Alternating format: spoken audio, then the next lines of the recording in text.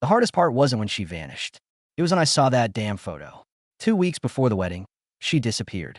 No text, no call, just radio silence like she'd evaporated into thin air. Her toothbrush was still in the cup by the sink. Her wedding dress still hanging in the garment bag behind our bedroom door. At first, I thought something horrible had happened. A car crash, maybe, or worse. I called hospitals, filed a missing person report, even reached out to her sister, who had no clue either, or pretended not to. Then, 5 days into the silence, while scrolling mindlessly through Instagram at 2 in the morning, there she was, grinning like a Cheshire cat on a rooftop in Barcelona, glass of sangria in hand. And right next to her, her ex. The same guy she swore she hadn't spoken to in years. The same guy whose name she couldn't say without a wrinkle in her nose. It looked like a postcard, sun-kissed, carefree, not a trace of guilt in their smiles. That was the twist I never saw coming. Not the betrayal itself, but how little effort she made to hide it. I was 38, a contractor in Asheville, spent most of my days drywalling old houses and dreaming about the future we were supposed to build. She used to sit on the porch and read renovation blogs out loud to me, talking about what our kitchen would look like someday. All lies, apparently. I confronted her. She said I was overreacting, that it was just a reset trip. As if a vacation with your ex 2 weeks before your wedding was normal behavior. That was when something inside me hardened.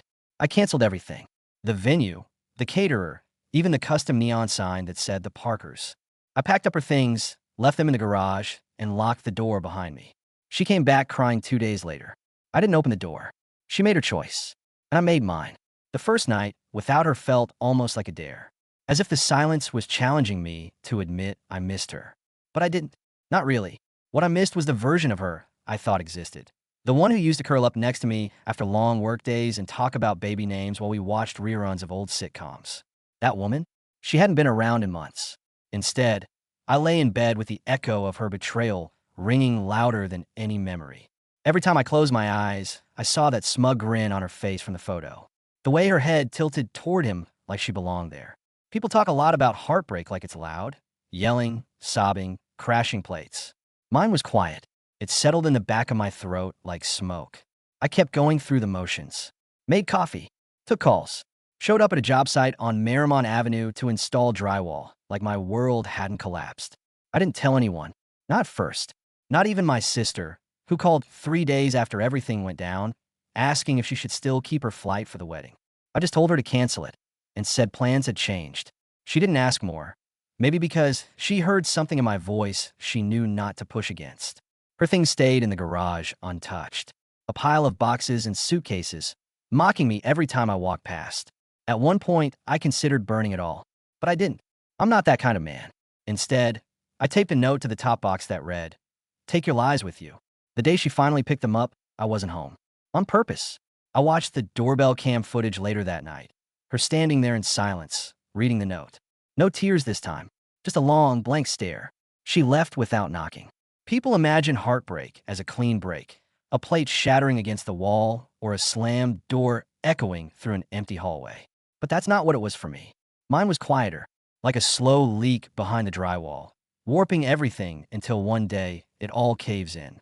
The day after she picked up her things, I found myself staring into a storefront window on Lexington Avenue. A wedding boutique of all places. Mannequin dressed in a white lace gown, almost identical to the one that hung in our bedroom for months. I stood there too long. 10, maybe 15 minutes. I don't remember blinking. People passed behind me. A dog barked across the street. A couple laughed like nothing had ever broken inside them.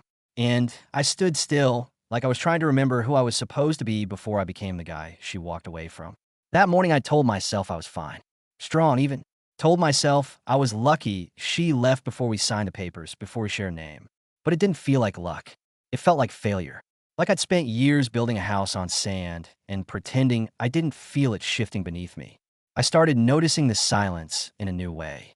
It used to be peace, a kind of stillness I'd earned after long days of installing drywall or replacing busted pipes in someone's fixer-upper. Now it felt heavier. I'd wake up and the house would be too quiet, as if it was waiting for her voice to fill the air again, as if the walls missed her even if I didn't. I kept checking her Instagram like a masochist. She was still in Europe, Madrid now, or maybe Valencia. Another rooftop bar, another smug smile.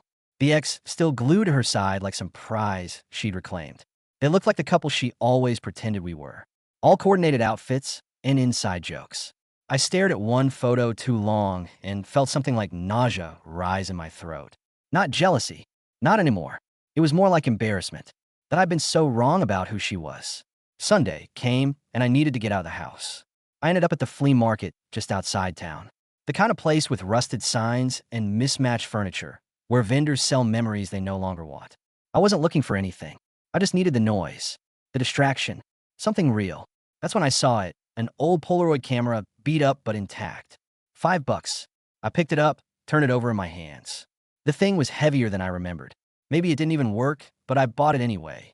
Took it home and set it on the windowsill. Every time I walk past it now, it reminds me of something simple. You can't edit a Polaroid. No filters, no retakes. Just a flash, a click, and the truth. Maybe that's what drew me to it. Something honest. Maybe heartbreak doesn't ask you to heal right away. Maybe it just asks you to look at your life without the filters for the first time in years. To sit with the ugly parts, the silent parts, the parts you ignored until someone else made the decision for you. So that's what I'm doing. Sitting in the wreckage, letting the quiet say what I wouldn't. It was a Wednesday when I finally answered one of her calls. Not because I wanted to. I just got tired of the buzzing. 10 missed calls, 2 dozen texts, all ignored. But that afternoon, my thumb hovered over her name longer than usual. Something about the way the sunlight hit the kitchen counter, catching the dust like it was frozen in midair. I don't know. I pressed accept without thinking. Her voice was soft, almost unrecognizable. She asked how I was, said she was back in Asheville for just a few days and wanted to talk in person. Said she missed me, missed us, that maybe things got out of hand, and maybe we both made mistakes. It was the first time she said we. Like I was part of the problem. Like I hadn't just been the one standing there at the altar-less end of her impulsive escape. But I didn't hang up. Instead, I told her she could come by that evening, not to talk, just to collect the rest of her stuff. The things she hadn't touched in months. The things she left behind like they were just clutter instead of fragments of a life. I spent the rest of the day not preparing, not rehearsing anything in my head. I didn't need to. I just took the Polaroid camera off the windowsill, dusted it, and set on the coffee table. Something about its presence felt like armor. That image of truth you can't edit. She arrived at 6:42. I know, because I watched the timestamp on the security cam. She knocked. I opened the door just enough to meet her eyes, then turned and walked back inside, leaving it open behind me. She followed. She looked smaller. Not physically, emotionally. Like something inside her had started to cave the way mine had weeks ago. She stood in the middle of the living room, glanced around, and asked if we could sit. I said no. I told her boxes were in the back closet, labeled and ready. That there was nothing left here for her to explain. Nothing I wanted to hear. And then I handed her a single photograph, a Polaroid I'd taken years ago. Us in the Smokies, right after we bought the house. She was laughing, really laughing, the kind of joy you can't fake. And I was looking at her like she was the only thing that ever made sense. She stared at it for a long time, said quietly that she didn't know I still had it. I told her I didn't. Not anymore. That was the last one. And then I turned, walked to the door, and held it open. She left without taking the photo. That night, after she left, I sat in the same spot for over an hour. The Polaroid still on the table, untouched. Part of me thought she might turn around, come back for it. But she didn't. And I think that was the clearest answer I could have asked for. The house felt different after that. Not quieter.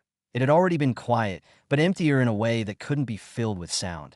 Her perfume no longer lingered in the hallway. The photos had been taken down weeks ago, but now even the nail holes in the wall looked like wounds. I didn't cry. Still haven't. Maybe I'm too tired for tears. Or maybe what we had didn't deserve mourning. Not in the traditional sense. What's the point of grieving something that was never what it claimed to be? I kept the photo, not because I wanted to remember her, but because I wanted to remember me. The man I was before I let someone else define my worth by how much I could endure. I started noticing small things. Like how I stopped waiting for her to text.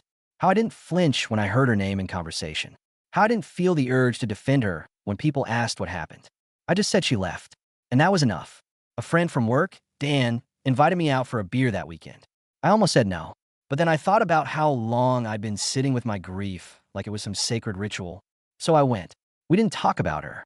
We talked about roofing jobs, football, and whether the local bar was going downhill. It felt good. Simple. And when I got home that night, a little buzzed and more alive than I'd felt in weeks, I looked at that Polaroid again. And this time I didn't feel pain, just distance.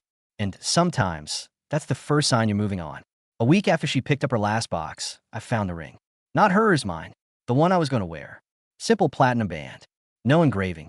Just clean, honest metal. It had been sitting at the bottom of the sock drawer, still in the little velvet box they gave me at the jeweler's. I don't know why I hadn't thrown it out. Maybe part of me still thought it meant something. I opened the box like I was disarming something. Held it in my palm for a long time. It felt heavier than I remembered. I thought about selling it. God knows I could have used the money. But something about that felt wrong. Like pawning off a chapter one hadn't finished reading. So I slipped it into the pocket of my work jacket and carried it around for 3 days, like some kind of penance. It wasn't until Thursday that I figured out what to do with it. I was finishing a job downtown, small kitchen remodel for a woman named Celeste who lived alone and talked to her dog more than she talked to me. She paid in cash, always tipped, and left fresh coffee on the counter every morning. On my last day, I noticed a charity box by her door, battered, taped up with a faded label, Women's Shelter, donations accepted. I reached in my jacket, pulled out the ring, and dropped it in. No note, no explanation. Just let it go. I walked out of that house feeling lighter. Not free exactly, not yet, but closer. Like I just put down a bag I didn't realize I'd been carrying. That night, I sat on the porch with a beer and watched the sky turn that dusty blue right before dark. For once, I didn't think about her. I thought about me, and it was enough. Somewhere between the empty ring box and that quiet porch night, something settled. Not peace exactly, I don't think I'm there yet. But stillness. Like my life finally stopped bleeding at the edges. It wasn't dramatic. No epiphany. No triumphant moment of rebirth. Just small changes. I started waking up before my alarm. Started making real breakfast instead of grabbing gas station coffee. I even called my sister back, the one who'd left me a voicemail after I canceled the wedding. She didn't ask questions, just said it was good to hear my voice. There's something strange about reclaiming a life you thought you were building for two. You start to see how much space you gave away without noticing. How many corners of yourself you carved out just to make room for someone who was never really staying.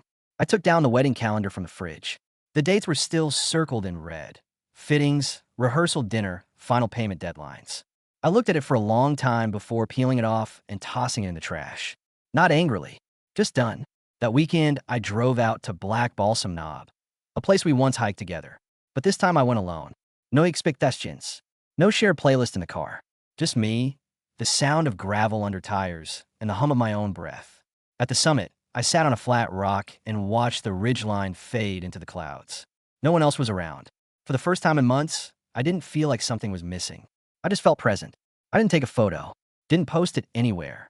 I kept that moment for myself. Some memories are meant to be lived, not shared. It had been exactly 31 days since she walked out of my life when the letter showed up. Not an email, not a text. A real letter, stamped, sealed, and written in that round, loopy handwriting I used to think was charming. No return address. Just my name and house number. I knew it was from her before I even opened it. Some part of me knew the moment I saw the slightly crooked envelope lying there in my mailbox, like it was ashamed of itself. I carried it inside, laid it on the kitchen counter, and stared at it for a while. Made coffee, fed the dog, cleaned the stovetop, anything but open it. When I finally did, it wasn't long. A single page. No apology, not really. Just a string of sentences that read more like a confession than a plea. She said she didn't leave because of him. She left because she didn't recognize herself anymore. Said she felt like a guest in her own life, like she was living out some version of good enough that slowly became unbearable.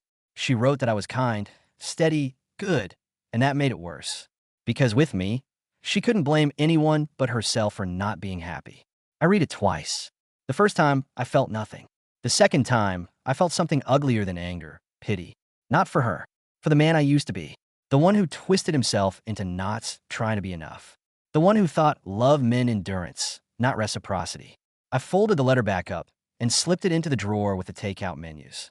Let live among the mundane. Because that's what it was now. Another leftover, no longer warm. Some answers don't change anything. They just confirm what you already knew in your bones. She didn't leave because I failed her. She left because I made it too hard for her to keep pretending. After the letter, I didn't fall apart. I didn't rage or rant or write back. I just kept doing what I'd started doing, living without her. But something did change. Quietly, like fog lifting in the early morning. I started noticing the weight I wasn't carrying anymore. The absence of tension in my shoulders when I pulled into the driveway. The way I could breathe in my own house without wondering what mood I'd be walking into. Grief is strange that way. You expect it to leave like a storm, loud and final. But really, it just evaporates. A little more each day, until you're not sure when you stop hurting, only that you did. I cleaned out the garage, swept it, organized the tools, stacked the leftover paint cans. Found a half-empty box labeled wedding stuff shoved in the corner. I didn't open it, just walked it straight to the trash. A few days later, I called my buddy Pete, the one who'd offered me a job out in Flagstaff months ago. I turned it down at the time because we were settling down, building roots that turned out to be weeds. I asked if the offer was still on the table. It was.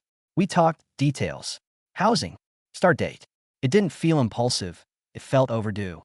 That night, I stood on the back porch, stared out at the line of trees behind the house, and realized something simple but powerful. I didn't want to rebuild here. Not in this house, not in this town, where every street held some version of us that never really existed. Sometimes moving on isn't just about healing. It's about changing the view entirely. The for sale sign went up on a Thursday. I hammered it into the front yard myself. There was something satisfying about that, doing it with my own hands. No real estate agent, no grand announcement. Just a quiet declaration to the universe. I'm done here. Packing took less time than I expected. Most of what I owned fit into a dozen boxes in the back of my truck. Funny how years of life can be reduced to cardboard and tape. I didn't bring everything. Left the couch. Too many memories etched into the cushions. Gave the bed frame to a neighbor. Let the porch plants die off naturally. I couldn't imagine them growing without her talking to them like they were people. My last night in the house, I didn't sleep. Just walked from room to room, touching the walls, as if they might remember something I'd forgotten. The place looked smaller without our life stretched across it. I found the old Polaroid one last time, still sitting in the drawer where I'd buried the letter. I looked at it under the dim kitchen light, then tore it in half. Not out of anger, just ritual. A quiet exhale of something I didn't need anymore. When morning came, I loaded the last box into the truck, locked the front door, and slipped the key into an envelope with a note that said nothing except, "Thank you for the shelter." Driving away, I didn't look back. Not because I didn't care, but because I finally understood something that took me 38 years to learn. Closure isn't something you get from someone else. It's something you give yourself, in pieces, in silence, in motion. It's been 3 months since I left Asheville. Flagstaff is colder than I expected. Drier too. The air here has a different kind of silence. Not heavy like it was back east, but clean. Like you can hear your own thoughts without them echoing off old grief. The job keeps me busy. Long days, honest sweat. I like it. The crew doesn't ask questions. They don't know about the wedding that never was or the woman who ghosted her own future. And I don't offer the story. Not because I'm hiding it, but because it doesn't feel like it belongs to me anymore. Some nights, I still catch myself reaching for my phone, half expecting a message that will never come. But the urge passes quicker now, like a scar that itches in the cold, but no longer hurts. I made a few friends. Nothing deep, not yet. But there's a bar down the street where the bartender remembers my name and the regulars don't pry. That's enough for now. Last weekend, I bought another Polaroid camera, a newer one, digital this time. I haven't taken a single photo yet. It's not about capturing anything. It's about having the option again. The idea that someday, maybe I want to remember something as it is, not as I hoped it would be. There's no great wisdom to end this with. No need moral. Just this. I'm still here. Not broken. Not whole. Just here. And some days, that's more than enough.